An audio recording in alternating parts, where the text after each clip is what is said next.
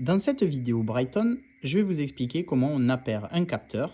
Alors, sachant que là, je vais le faire avec un radar, mais le GPS en lui-même, le 810, prend tous les capteurs possibles. Je m'explique. Il peut faire les ceintures cardiaques, les capteurs de cadence, capteurs de vitesse, vitesse-cadence, les capteurs de puissance, les DI2, les dérailleurs électriques, donc le Campagnolo et le ITAP de SRAM le prennent aussi, le radar bien évidemment, les moteurs Shimano, les e-bike LEV, donc tous les VAE ou quand vous allumez votre VAE, ils émettent comme un capteur, vont être pris. Donc ça, il y en a une grande majorité. Et les lumières. Donc là, on a une grande majorité de tous les capteurs. Bien évidemment, les home trainers interactifs, c'est aussi possible.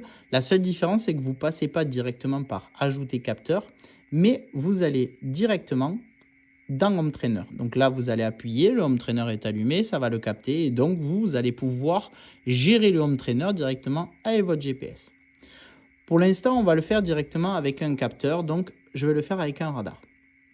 Donc là, j'allume directement le capteur. Je vais dans capteur.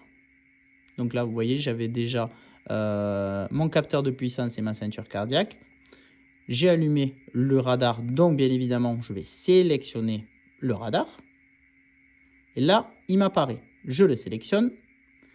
On va faire le couplage entre le radar et le GPS. Donc là, ça se met en connexion. Alors, ce temps de latence-là, il peut durer 10 secondes comme il peut en faire 50. En fait, ça dépend exactement du nombre d'appareillages Bluetooth qu'on a autour de nous qui peuvent interférer. Là, il l'a sélectionné, donc j'ai qu'un seul radar là, donc là, il n'y a pas de souci. Je le sélectionne et là, on a directement, alors là, on le voit visuellement avec ce petit logo là qui veut dire que le radar est actif et bien appairé. Donc là, j'ai appairé mon radar. Je veux appairer bien évidemment une ceinture cardiaque, un capteur de cadence ou ce que vous voulez. Vous n'allez pas avoir de logo, mais par contre, vous allez avoir les valeurs qui vont se mettre. Donc, il faudra au préalable mettre un champ de données. Et comme ça, vous aurez les valeurs de votre cœur, de votre vitesse ou autre. Voilà. Il est bien évidemment double protocole, donc il est Bluetooth et ANT+, donc il prend une grande majorité de tous les capteurs qui sont sur le marché.